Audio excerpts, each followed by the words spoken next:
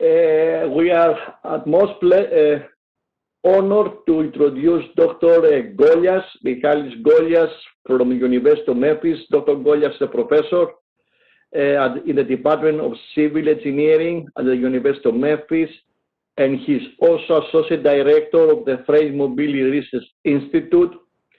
He holds a doctorate in Transportation Engineering from Rutgers University and Bachelor and Master from Aristotelios University of Thessaloniki, Greece.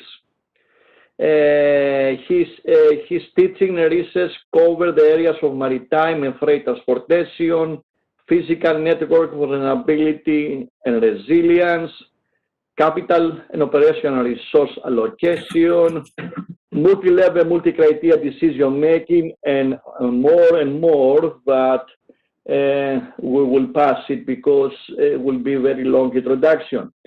So, Dr. Golias, I think you have Giampouranis with you to present. We are really interested to see about your research, and welcome. Great, thank you, Vangeli. Okay, no feedback, great. So I would like to thank FMRI and Vangelis for giving us the opportunity to present part of the work that we have done on this project. This is a co-funded project by both FMRI and Tennessee DOT, and it's an extension of the work that we did with our partners at the UTK, University of Tennessee, Knoxville, Chris Cherry and Ayrton Coles. We had done 2 separate studies a few years back, and then we joined forces to do this study. From our team, we also have Professor Mishra Sabia, a very good friend of mine and an excellent colleague, and also another graduate assistant, Vasilios Yatsos, who cannot be present today. He's a TA. So what we want to talk about today is how we utilized GPS data in order to determine truck parking needs in the state of Tennessee. I think it's for everybody here. I mean, there's no need for us to go into the background of why truck parking is very important. I believe everybody's familiar with the hours of service rules and with the fact that a lot of truckers are utilizing on and off ramps as parking. And part of it has to do with lack of capacity at parking facilities, either public or private. We actually did a survey, which we're not going to discuss today. It's going to be part of the final report, which is coming up within this month. We're going to have the draft ready for our DOT to review and give us feedback. And then hopefully by the end of the year, the final PDF is going to be available for everybody on the website of TDOT and also of FMRI. So what we want to go over today, the objectives, is to discuss what are the advantages, limitations, and the complexity of using GPS data, specifically for truck transport applications. We've been reading a lot through the literature, and we've been going to conferences and meetings, and people think that having GPS data is a panacea, so do anything with it, which is not the case. They do have a lot of advantages, and it's great to have truck GPS data. We're very fortunate to be able to work with ATRI, who have been a great partner for us and have helped us tremendously, especially Don Murray. They are amazing people to work with, but there are limitations, and it's very important for the public sector especially to be familiar with those limitations so they don't expect a deliverable that cannot happen simply enough. And the second thing we would like to show is how easy it is, once you have processed the data, which is the most complicated part, to create data analytics and mining tools that can be freely available online. I mean, technology has gone so far these days. You can make whatever we're going to show you, you can actually create an application to run on your cell phone with just a couple of clicks of a button. And the only difficulty that you have is deciding on what the background is going to look like and how you're going to arrange the tiles that you're using. But I'm hoping that you will agree with me once we show you those web pages that we created, that they can be very helpful in for the decision makers to make any decisions, but also to inform the public, because creating visualizations that are instant and on the fly are very important, especially when you go into public meetings or public hearings with people. You need to be able to answer their question not only verbally, but also showing them what happens in real time with the PowerPoint.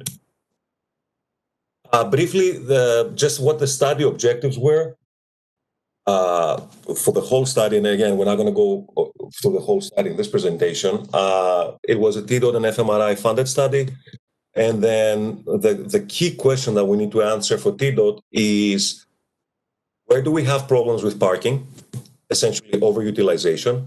Where do we have issues where trucks are parking on and off ramps, not necessarily on and off ramps that lead to a parking area, but all the on and off ramps in the whole state of Tennessee? And then can we help them identify locations for new truck parking facilities?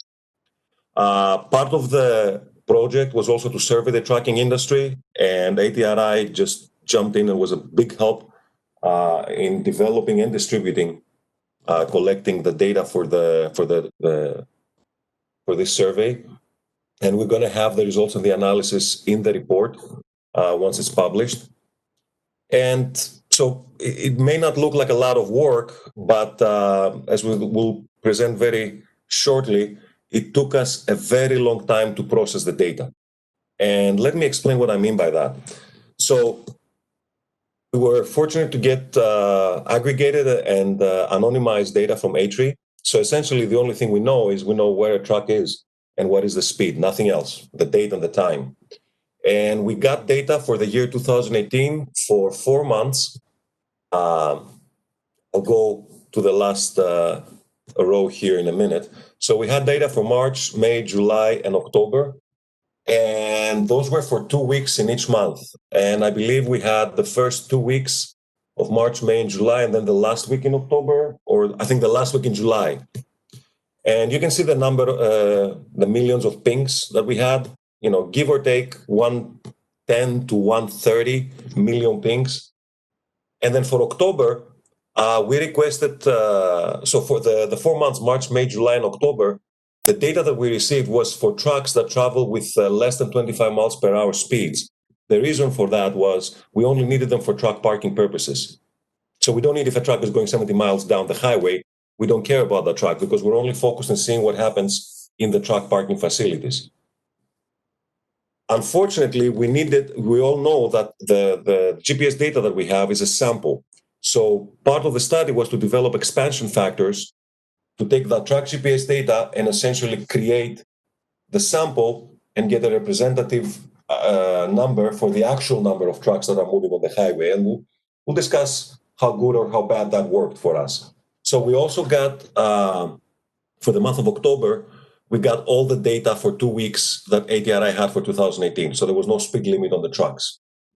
Now, you can see from the roughly 120, 130 million of trucks and 170 million for October, the number of unique trucks dropped down to the thousands, right? 150, 140, in that range.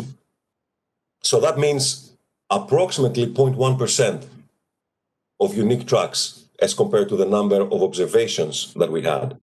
So anyone familiar of working with these data sets knows that these are very big data sets. Even trying to import it into the post-GRE SQL that we used proved to be a little bit cumbersome. We actually had to break down, the data came to us in the text files. We had to break down each text file to sub-files of smaller size in order to be able to import it into post-GRE SQL. So in addition to the GPS data, we had readily available data from Tennessee DOT, their eTrims network, that provided average daily volumes for trucks and passengers. Then Tennessee DOT gave us traffic counts around the state, where we could have actually hourly volumes, in addition, obviously, to daily. Then from a previous project, we had geocoded public and private rest areas that was done manually with the help of graduate and undergraduate students. And we also used Google to figure out what amenities are available for the private and public rest areas. And then the software that we used was PostgreSQL and MATLAB to process the data and develop the input data for Power BI and for ArcGIS desktop and online. And coming back to the expansion factors, this is the way we did it. It's not the best, it's not the only way. It may not even be the best way. So what we did was we selected any link that was within a 1 mile radius of a parking location, because again, we're interested in finding expansion factors for truck parking facilities. So we took a 1 mile radius and we found all the links that are within that 1 mile radius. And then we estimated both GPS track-based flows and count-based track flows. We also used the eTrims track flows, but unfortunately, when we did the results, they were not very good. So we're not showing any results from that, and we decided actually in the end to not use them. Once we had both the actual track flows from the GPS data and the count-based, we found the best probability that would fit. We took the ratios, right, of the sample over the actual track flow, and we found the distribution that fits that data. And in our case, it was a log normal distribution with a mean of 2.1 and a standard deviation of 0.9. So the standard deviation is not small, right? It's rather large. But we chose to go ahead and just use the mean.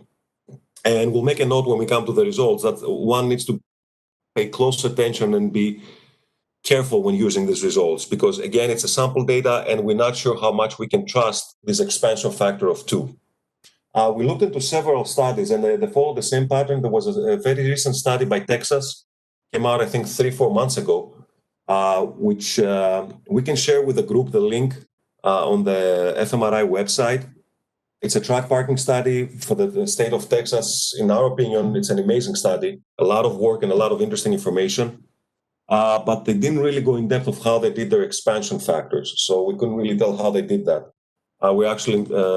We're planning of reaching out to them to ask them a question about that and a couple of other stuff in their study, because it's a great study, but we need more information to see if we can pretty much duplicate the work that they did in Tennessee. So we have the track GPS data. We ran it through MATLAB and PostGRE. And we found all the trucks that were within the parking facilities, private and public.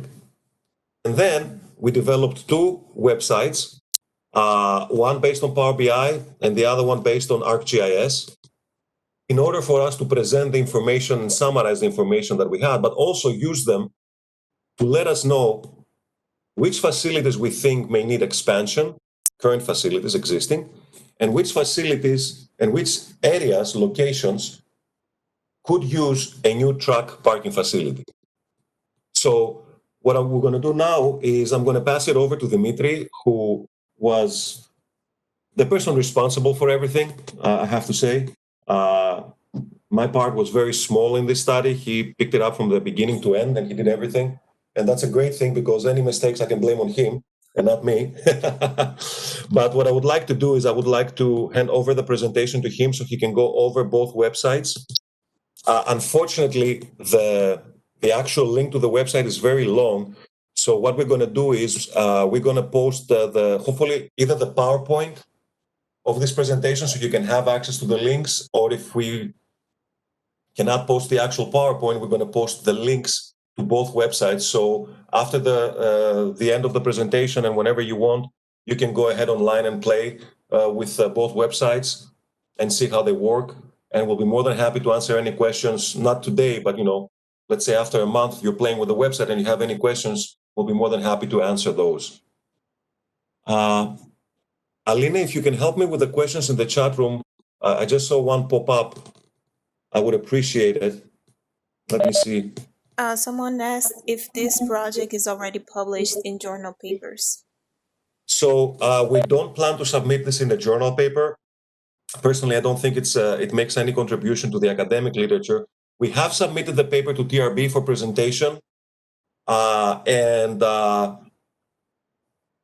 we'll be more than happy if it gets accepted to share the whole paper with the group. And we'll also be more than happy. We will share, obviously, the full report once it is available. You can have there's going to be a link in the FMRI website. But so far we haven't seen any, I mean, the work that we did is not really scientifically, it doesn't make any contribution to the scientific community. It's more of a practical application, I should say. So I'm going to hand it over to Dimitri, and he's going to go over both the first and second webpage. One deals with utilization and violations, and the other one deals with figuring out where I need to include new facilities. And Dimitri, the floor is yours. Hello, everyone. As Dr. Golias just said, we created two web pages. The first one is related to capacity utilization and violations. And I am going to click on it so we can have a detailed view of it.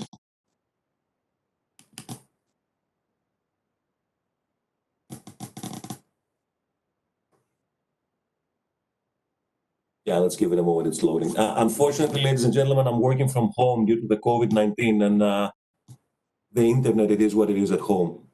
So we apologize for a little bit of a delay. Okay, so we created 11 tabs in this web page that have important or useful information for either policymakers to make decisions or even the public, so they can have some information about truck parking and what are the issues in the state of Tennessee. So the first tab has different indices for each rest area in Tennessee. We can see what is a rest area and what the capacity of it is. And then we have indices about the average utilization of each rest area. And then we have the average utilization after we included the expansion factor. We have median utilization, and then we have utilization on peak hours. And we assumed after looking over the data that peak hours are from 6 p.m. to 5 a.m. These are the hours that most rest areas showed the highest utilization rates. So we consider these hours as peak hours. And we have the average utilization after we applied the expansion factor for those peak hours. And the nice thing about this tab is that the user can choose which locations, which rest areas they want to see. So if we choose that as a criterion to expand, for example, a parking location because the truck parking supply is not enough, we can only see, for example, rest areas that the average utilization is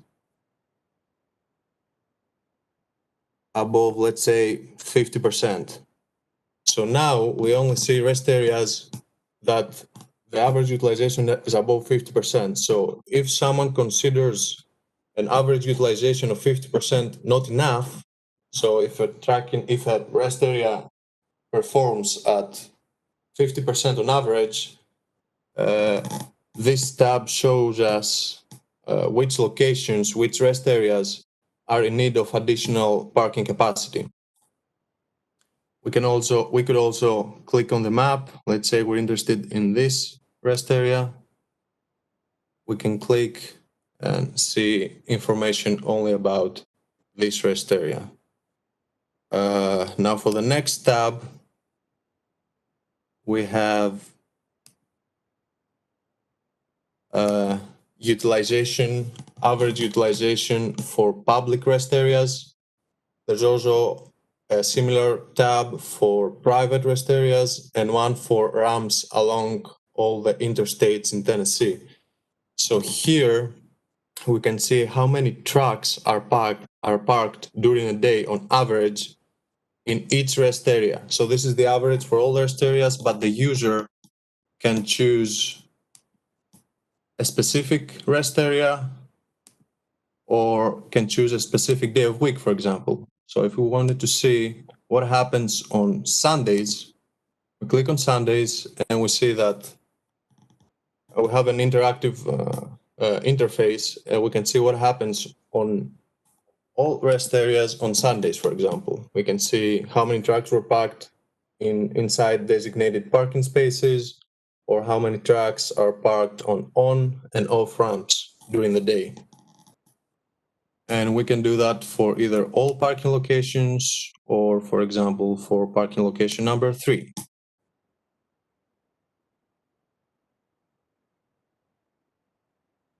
And then moving on to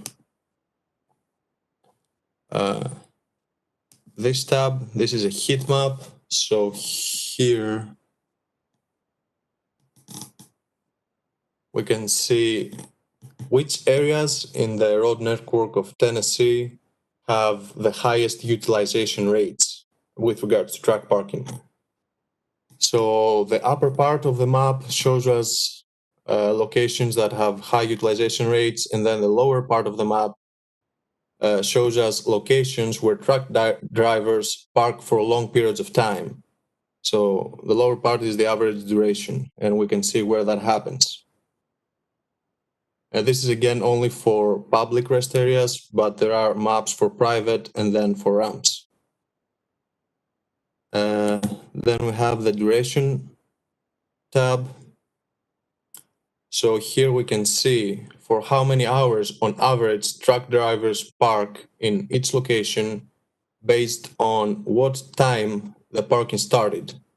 And we can see, and we kind of expected that parking that started after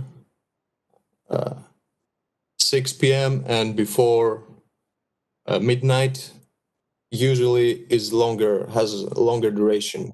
So we can see that truck drivers park on average around 8 hours when they started their parking at 6 p.m. And then if we go and look during the day, when the parking started at 6 a.m. was around 1 hour. So it was like a quick stop, maybe due to fatigue or maybe 2 hours of service being more than 11. But it's during the day, the stops are very short. And again, on this tab, we can choose different days of week, or we can choose a specific month that we want to see results for just by clicking. Let's say we want to see about May. We choose May and we see what's going on. And then we can choose a specific parking location either by clicking here, which one we want, or by clicking on the map. So let's say we want to see what's going on in this rest area. We can click here, and then the results changed so we can see what's going on this specific location. We can also choose between off-ramps, on-ramps, and designated parking areas. And down on the right corner, we have some information with regards to average parking duration, which is 3.28 hours during the day, and some maximum duration in hours. So the next tab I want to show you is the ramp violation rates. So we can see that regardless of the month, the violation rate, the violation percentages are pretty much the same.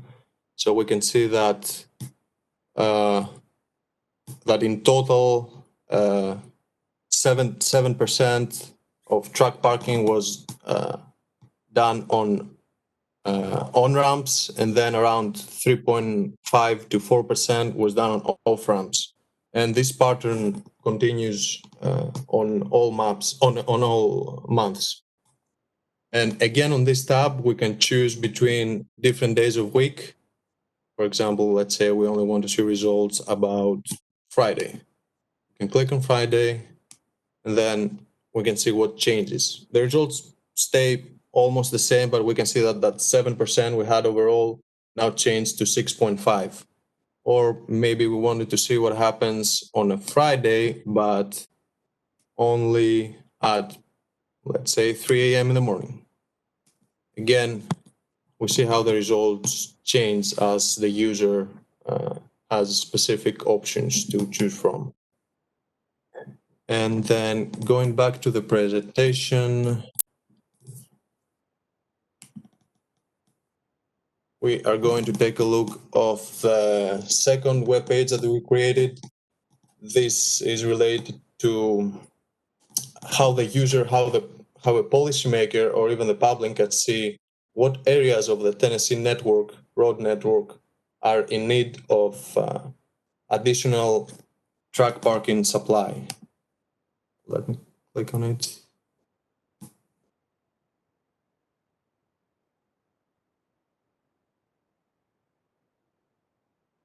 So as an overview, what we did to decide which areas are in need of additional parking supply was to create buffers around each parking location. So what you see now, those dots in the map, are all the parking facilities in the state of Tennessee, public and private. So what we did was create layers so the user can choose what criterion for them is important in order to figure out where new parking facilities should be created. For example, we have three options here. We have a 10-mile buffer, we have a 20-mile buffer, and a 30-mile buffer. Let's say we go with the 20-mile buffer. So this is an interactive query, so the user can choose what their criterion for new parking locations would be. Let's say we want to choose for average, we choose average peak hour utilization is less than. Let's say we choose less than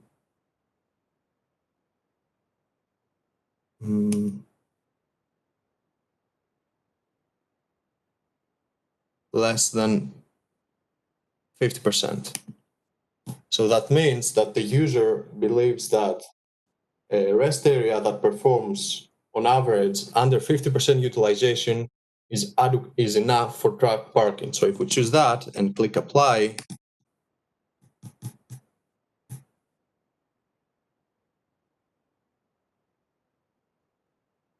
we see all the truck parking facilities that perform under 50% utilization and have a 20-mile buffer. So all the areas of the network that are not covered by the buffers are in need of additional parking supply. Now, we could choose, let's say, an average utilization less than 35%, and then apply again. So the user can pretty much choose whatever criterion they want. So here we can see that, for example, here on I-40, west of Nashville, there is an area of I-40 that is not covered by buffers. So this means that this area is in need of additional parking supply. So this would be a candidate location for a new truck parking facility. Now, there are issues with land use and everything else. So it's not just we found that area and there is where we should build a new parking location. But this would be something for future research and being able to recognize candidate locations for new truck parking rest areas. And with this, I'm gonna turn it over to me. Yes. So we do understand that's a lot of information, and but the beauty is all the participants and anybody who goes on the FMRI website can just click on the link, go online and play with the tools, and we'll be more than happy to answer any questions when they come up. You can just send us an email. I'll have my contact information at the end of this presentation, and also you can find our contact information through the FMRI website.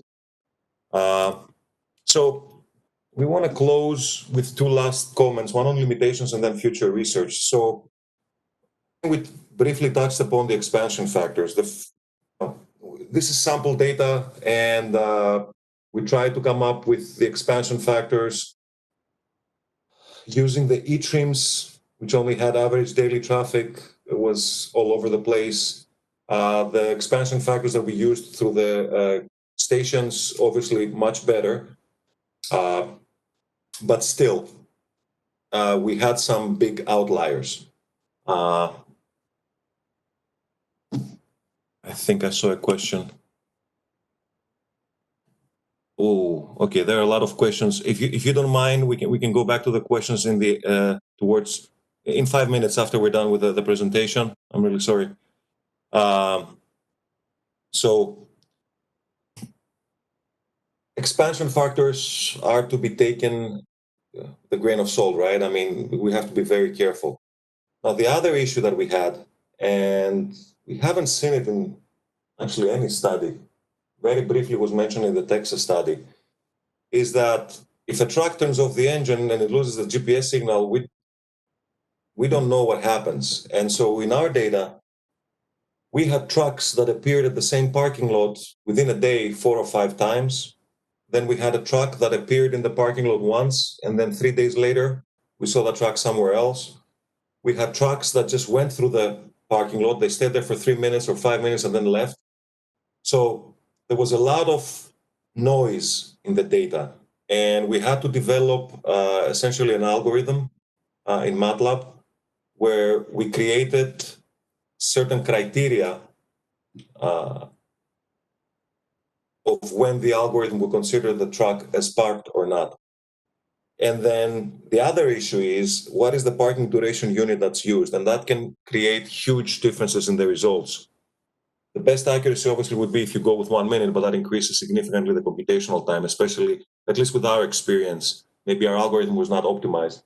But if you go to 1 hour, you can have a truck that was there between 11 and 12:15, and you're going to count it twice. You're going to count it for 2 hours, even though it was not using the whole capacity for the whole hour. So depending on what time unit you use, you need to make sure that you pay close attention what's the duration of unit, because you can get way different results. So in our case here, we used the 1 hour, and then we got rid of anything that was that had 10 or 15 minutes past the hour. So we did not consider that as actually utilizing the capacity. And then just closing up, as a future research, obviously improve on the expansion factors. We can get either more GPS data or more count data. And then the big thing for us, which this is what might have academic interest for publication, is developing a data mining model. People call it today deep learning and artificial intelligence. It's data mining, where we can create a model that's going to pick locations, either for capacity expansion or for new truck parking, that involves accidents, nearby freight facility locations, commodity flows that we have in the state, and then trip types, if we're able to identify if it's a long haul, short haul, or drayage. So obviously we haven't done any of this work. We're just saying it as future research. And with that, I think we have some questions, and I'm going to try and answer all of them. I think we are good on time. I'm going to be reading the questions because just to be sure that we record that on the video. Okay. So the first question is, how did you designate on and off ramp parking areas? They were designated by the statewide model that we have in Tennessee. So we use that designation. Because otherwise, I think it was like 2,500 or well, it was a big number. There's no way we could go and do it by hand. Mm-hmm. Sure. And how did you classify trucks as being on-ramp, off-ramp, or in spots? Was there a spatial analysis involved with specific polygons? Oh, yeah, I should have mentioned that. We created polygons around the on-off ramps and the parking locations. And whatever fell in there, that's where the truck was. Okay, next question is, how accurate is your parking at a particular parking stall?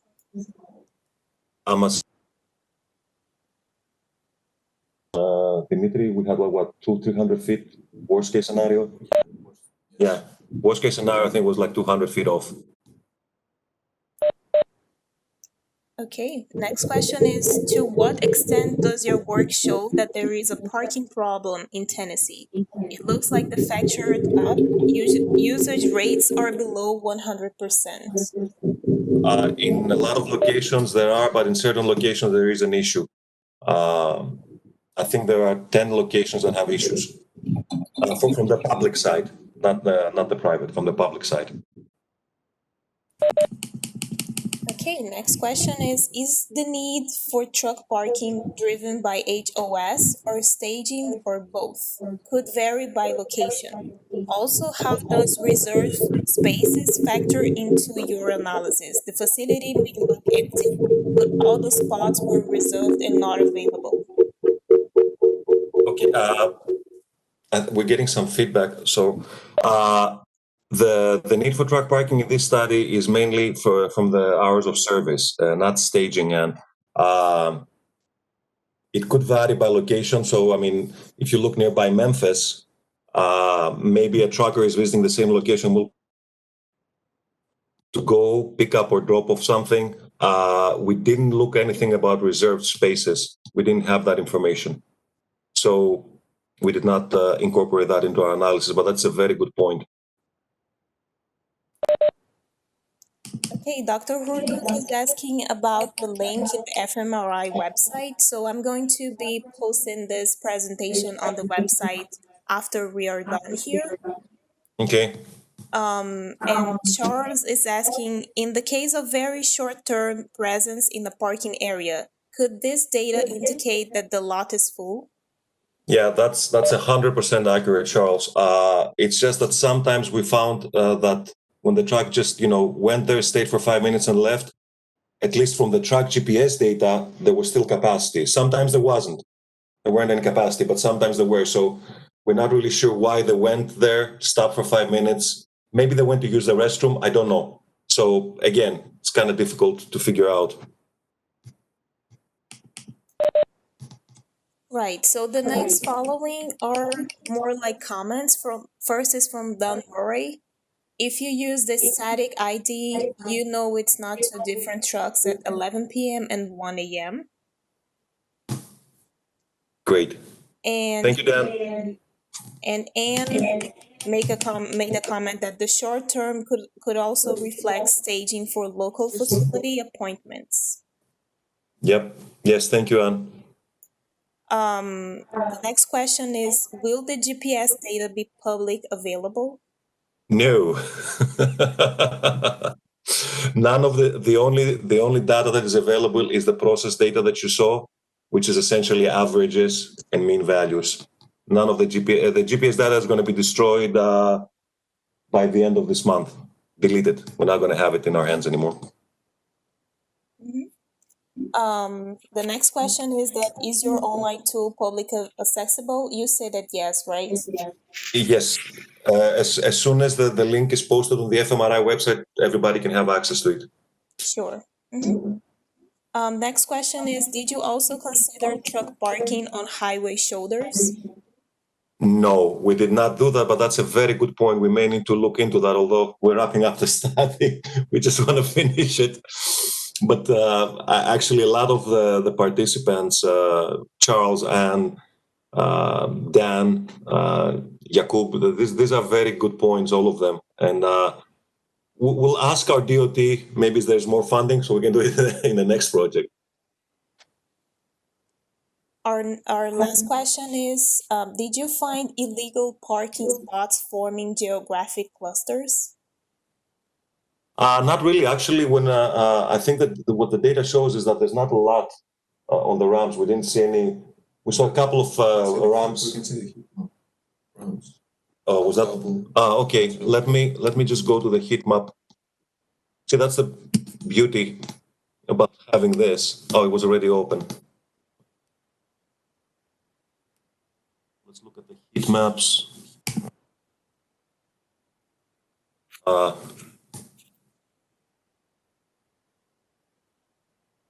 I'm sorry. I'm working from home. There we go.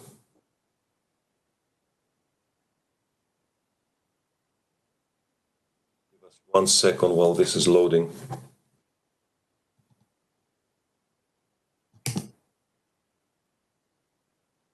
Heat map ramps. Let's see.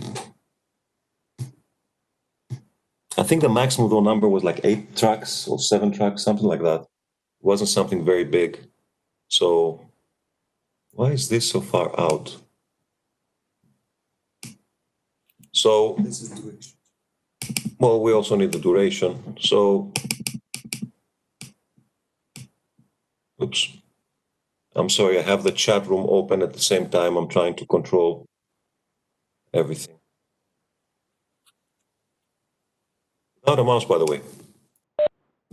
So I think as expected, around Nashville, and then with the duration around Memphis and around Nashville. And you do have intermodal facilities. So it could be the point that Anne was making for staging.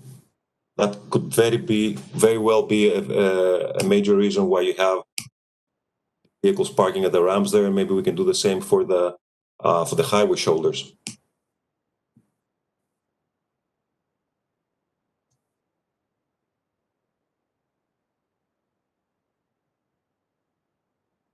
Aline? Yes. So we have one more question. Of course. Have you investigated whether any facilities are offering services to truck drivers while they are waiting, including mobile fueling and food trucks? This can affect the future demand, at least for staging needs. Okay, that's a very good point. No, we haven't, Anne, and that's something we need to look into. Yeah, thank you. No, we haven't. That's a very good point. We need to see if we can actually find that data for the facilities we have in Tennessee, if they're publicly available online. Yeah, we'll look into that, Anne. Thank you. So is this for the entire state of Tennessee? Yes. The data that was given to us was for the state of Tennessee, and that was the interest. It's a lot of data, and it's once you get to know the data, it's very useful, and you know how to work with it. But it's a lot. It's a lot of data. 50 gigabytes, I think, just for 4 weeks. Do you think it's Give or possible take. to maybe expand to other states or maybe even a nationwide database? This study could go nationwide. It's going to have to be a discussion with the data with ATRI if that's going to happen, and obviously where the funding is going to come. But I think any truck studies that have been done, not only ours, I think you can apply the methodology anywhere. Now, granted, especially the comments that Anne made. Specific areas, if you have nearby intermodal facilities, transshipment, you have a port, there can be staging, there can be waiting. The gates are closed at the port and they're waiting for the gates to open. So there are some specific locations where you have specific characteristics, and we should try to incorporate them when we do future research in a study like this. But this study, whatever we did, if the assumptions hold for any area in the United States, you can just apply the models as are. That's great. Dr. Hurdos is asking, will it be possible to investigate the entire state area to detect clusters of parked trucks on locations that are not expected? So, you can do that. So when creating the heat maps here, you can just set certain criteria that the user wants, and then it's going to change where those heat maps are based on the new criteria. So it's a very easy fix as long as those criteria exist. Yeah, Dr. Hurdos also made a comment that in the Twin Cities, we have problems with trucks parking on local roads. Well, that can be, I think that might have to do with the comment that Anne made, waiting to go somewhere, and it's not time yet. I'm not sure if maybe it's deliveries or picking up a container. Depends if there are intermodal facilities there. I'm not familiar with the area. Charles made a comment that there was an attempt to coordinate this research between Tennessee, North Carolina, and the Arkansas. I guess, Yes, Arkansas. Funding was not made available. I think it's going to be much more interesting and much more helpful if we can actually see where the trucks are going from other states. So for us, actually, Tennessee, North Carolina, Arkansas, if we can include Mississippi, perhaps Kentucky, so we know where the trucks are going and heading. Because, I mean, we have intermodal facilities that are right on the Arkansas side. So unfortunately, funding is everything, right? I mean, and it's becoming more and more difficult to find funding and justify it for studies that deal with the trucking industry, in my opinion, because unfortunately, people don't understand the utility of having a very good system that accommodates trucks, right? I think everybody keeps saying it and knows that people think that stuff just appears on the Walmart and Costco and Kroger Stop and Shop shelves. Somebody just goes like that with their fingers and poof, they appear. You know, why do we need trucks? Why are they traveling on the roadway system? So, and then it's difficult to justify funding. There was a study that was proposed, I think in Georgia, don't quote me on that, of creating a dedicated truck corridor with access only for trucks. And there was huge backlash, if I remember correctly. NPR was involved. A lawyer came out and said they're spending the money and it's not helping the citizens. So trucking gets a bad rap, unfortunately, in my opinion. So anyways, sorry, I'm rambling on. No problem. I guess if we don't have any other questions from the public, I would like to thank you both for these great presentations. It is always good to see practical projects, how it was implemented, how the data contributes to the decision-making process. It's not every day that we have this type of presentation. Dr. Carter, would you like, sorry. Alina, I would just like to thank all the participants. And now, granted, I'm a bit biased because I know Charles, Anne, and Dan Murray. I know them personally. And Jakub, I don't think I had the pleasure of meeting you. But in general, all the questions that the participants and all the comments that they made, they're actually extremely helpful for us because they can help us improve on the work that we're doing. By no means is what we did perfect.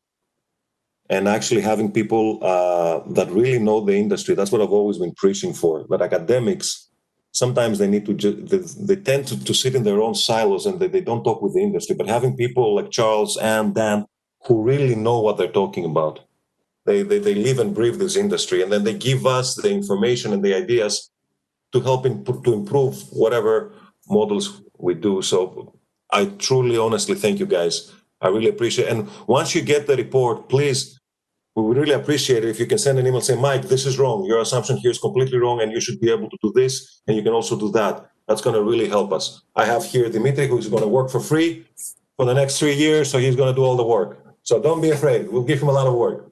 Again, thank you all so much, everybody, and stay safe in this strange situation that we're in with this pandemic.